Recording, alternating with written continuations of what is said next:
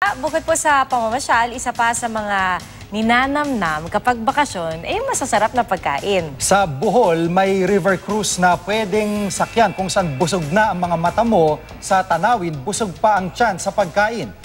Maki-food trip tayo kay Athena Imperial.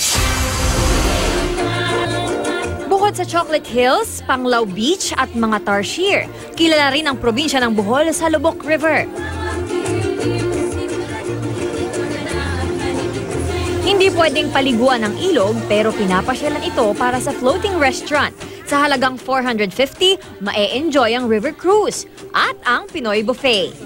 Kasama sa mga nakahain ang alimango, barbecue at mga prutas. Kasabay ng pagkain, haharanahin kayo ng folk singers.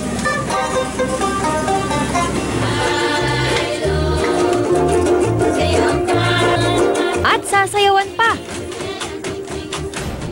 Ito naman ang Balinsasayaw Lake sa Sibulan, Negros Oriental. Very relaxing ang huni ng mga ibon na nagtatago sa luntiang natural forest.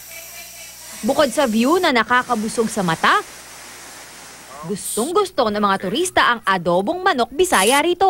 Ilang minutong pinakukuluan ng native chicken, pinatutuyo at inaadobo. Wala raw special ingredient dito si Chef Jelina. Ang kailangan lang daw, pagmamahal. Kung magbabakasyon sa Matalom, Leyte, huwag palampasin ang pagkain sa seafront restaurant na ito. Fresh na huli mula sa dagat ang niluluto. May available pang group meal na pang budol fight. Athena Imperial nakatutok, 24 oras.